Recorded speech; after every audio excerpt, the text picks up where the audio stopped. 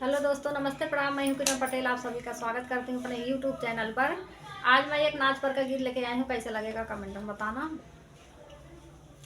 कावन जुगुतिया बतावा मोरी ननादी सैया मिले या ना बोलवाना। कावन जुगुतिया बतावा मोरी ननादी सैया मिले या ना बोलवाना। दलिया मानु नावा तेज कैद भौजी गारज लागे भैया बोली है ना।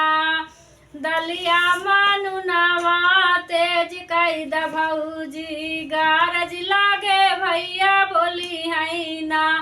बड़ा बड़ा कावर खाई गाए नदी ताबौ ना बोलैया ना बोलाऊ ना।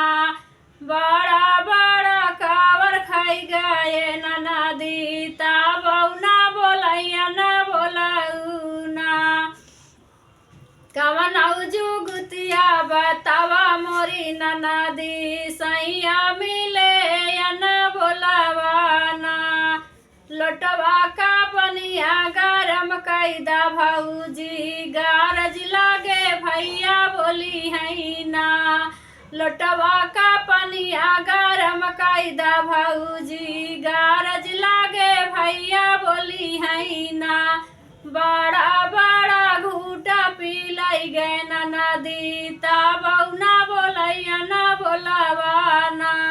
बड़ा बड़ा घूटा पी गए नदी ताबौ ना बोलैया ना बोलावाना।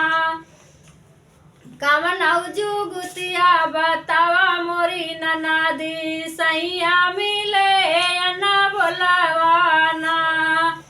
कवन जुगुतिया बतावा मोरी नदी सैया मिले या ना बोलावाना।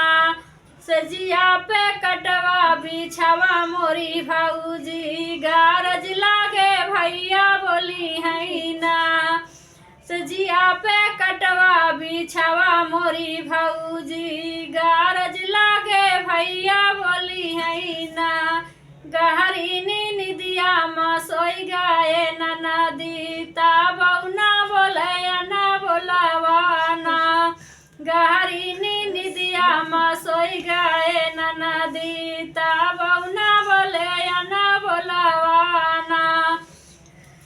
कवन जुगुतिया बतावा मोरी नदी सैया मिले या ना बोलावाना। कवन जुगुतिया बतावा मोरी नदी सैया मिले या ना बोलावाना। जात लइके लुगरिया तू जातू नहीं हरवा गारज लागे भैया बोली है ना। लइके लुगरिया भौजी जातू नहीं हरवा गारज लागे भैया बोली है ना। जेठी की दोपहरी में